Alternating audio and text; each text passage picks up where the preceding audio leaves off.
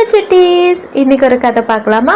ஒரு ஊரில் ஒரு ரொம்ப நல்ல ராஜா இருந்தாராம். அந்த ராஜா ஜனங்களை எல்லாரையும் ரொம்ப நல்லா பார்த்துக்குவாராம். அவருக்கு 2 பசங்களாம். பெரிய பையனும் சின்ன பையனும் நல்லா புத்திசாலியாக இருக்கணுங்கிறதுக்காகவே சின்ன வயசுலேருந்து நிறைய கல்வி கற்ற அறிஞர்கள்கிட்ட அவங்கள ட்ரைனிங் அனுப்புனாராம். அந்த 2 பேரும் ரொம்ப நல்லா படித்து வந்தாங்களாம்.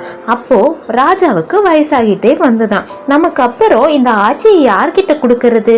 என்னுடைய 2 பசங்களில் யாராவது ஒருத்தங்க ஆட்சி செய்யணும். ஆனால் அது பெரியவனுக்கு கொடுக்குறதா சின்னவனுக்கு கொடுக்குறதான்னு தெரியலையேன்னு அந்த மந்திரிகள் எல்லாத்தையும் கூப்பிட்டு ஒரு ஆலோசனை கேட்டாராம். மந்திரிகளோட ஆலோசனைப்படியே 2 பேர்த்தையும் கூப்பிட்டு 2 பேர்த்தில் யார் ஆட்சி நடத்துறதுன்னு தெரிஞ்சுக்கிறதுக்காக ஆளுக்கு ஒரு ரூம் கொடுக்க போகிறேன். அந்த அறையில் நீங்கள் ஏதாவது ஒரு பொருளை வச்சு அந்த அறையை முழுசாக நிரப்பணும். ஒரு இடம் கூட அதில் காலியாக இருக்கக்கூடாதுன்னு சொன்னாராம். அப்போது பெரியவனும் சின்னவனும் யோசித்து பார்த்துக்கிட்டு இதை செஞ்சாதான் ஆட்சி அதிகாரம் கிடைக்கும்னு நம்பிட்டு 2 பேரும் அவரவர் ரூம்குள்ளே போனாங்களாம். 2 பேரும் என்ன செய்யறதுன்னு யோசிக்கும்போது பெரியவன் நிறைய வைக்கோல்களை வாங்கிட்டு வந்து அந்த அறை முழுதும் அடுக்கி வச்சுக்கிட்டு ராஜா கிட்ட நீங்கள் சொன்ன மாதிரி எல்லா இடமும் நிரப்பிட்டேன்னு சொன்னாராம். ராஜாவுக்கு இது என்னடா இவன் இதைய வச்சு ரூமை நிரப்பியிருக்கானேன்னு ஒரே வருத்தமாயிடுச்சு. சரி, 2வது பையன் என்ன பண்ணியிருக்கான்னு பார்க்கலான்னு அறைக்குள்ளே போனாராம். அறைக்குள்ளே போய் கதவை தட்டும்போது அவன் உள்ளிருந்து கதவை திறந்திருக்கு, உள்ளே வாங்கன்னு கூப்பிட்டானா. உள்ளே வந்து பார்க்கும்போது ராஜாவுக்கு ஒரே அதிர்ச்சி.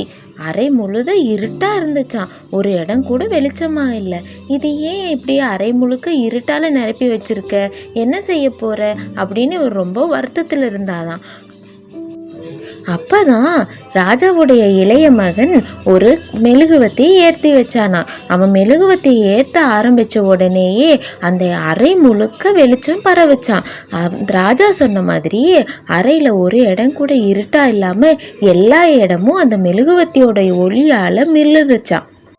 அப்போ தான் எளிமையான வழியை கண்டுபிடிச்சி ஒளியால் இந்த அறையை நிரப்பினால ராஜா ரொம்ப சந்தோஷப்பட்டாராம். தனக்கு அப்புறம் இந்த மக்களை நல்லா பார்த்துக்கக்கூடிய அறிவும் ஆற்றலும் இளைய மகனுக்கு இருக்கிறதா ராஜா நம்பி அவருடைய ஆட்சி அதிகாரத்தை ராஜா கிட்ட கொடுத்தாராம். குட்டீஸ், கதை பிடிச்சிருந்தா லைக் பண்ணுங்கடா தங்கங்களா.